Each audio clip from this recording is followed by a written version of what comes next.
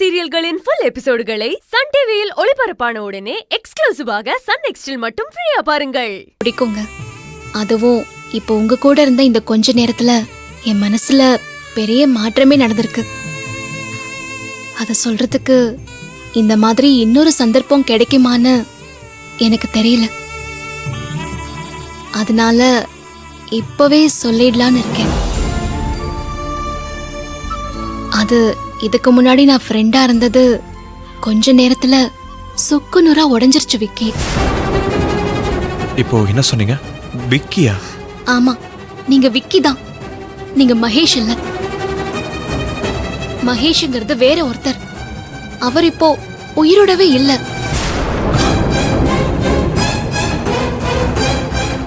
என்ன அஞ்சலி சொல்லிட்டு இருக்கீங்க?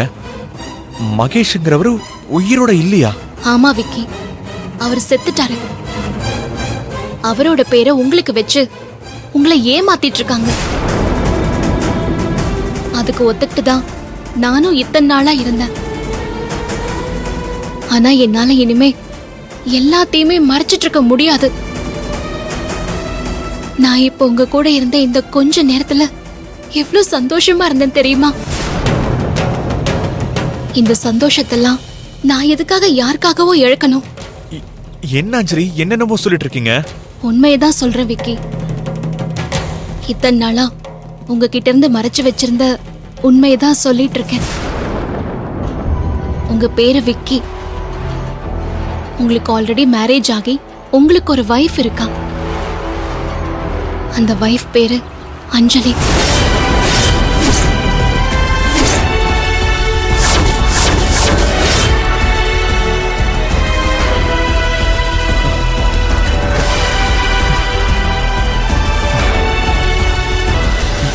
என்ன அஞ்சலி சொல்றீங்க? ஆமா விக்கி, நான் தான் உங்களோட வைஃப். எனக்கு உங்க கூட பழகுன மாதிரியே இருக்குன்னு நீங்க சொல்லிட்டே இருந்தீங்கல்ல, அதெல்லாம் உண்மைதான்.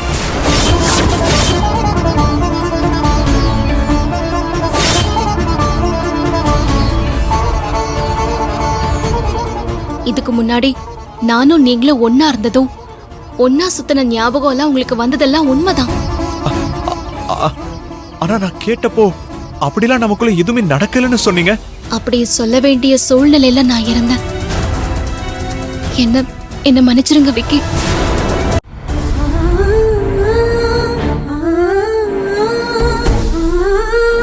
எனக்கு ஒண்ணுமே புரியல அஞ்சலி.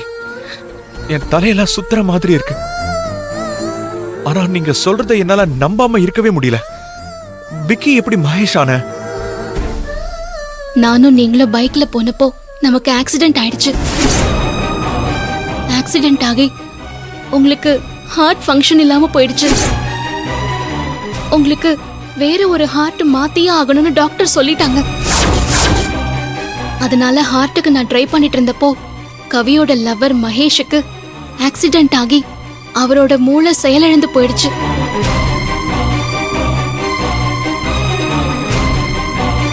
அவரோட ஹார்ட்டை உங்களுக்கு கொடுக்கணும்னா உங்களை விட்டு நான் போகணும்னு கண்டிஷன் போட்டாங்க. அப்ப நீங்க பொழைச்சா போதும்னு நானும் அவங்க சொன்ன கண்டிஷனுக்கெல்லாம் ஒத்துக்கிட்டேன். தலையில அடிபட்டதுனால உங்களுக்கு பழசெல்லாம் மறந்து போச்சு. அத அவங்க யூஸ் பண்ணிக்கிட்டு உங்களை மகேஷ்னு நம்ப வச்சுட்டாங்க.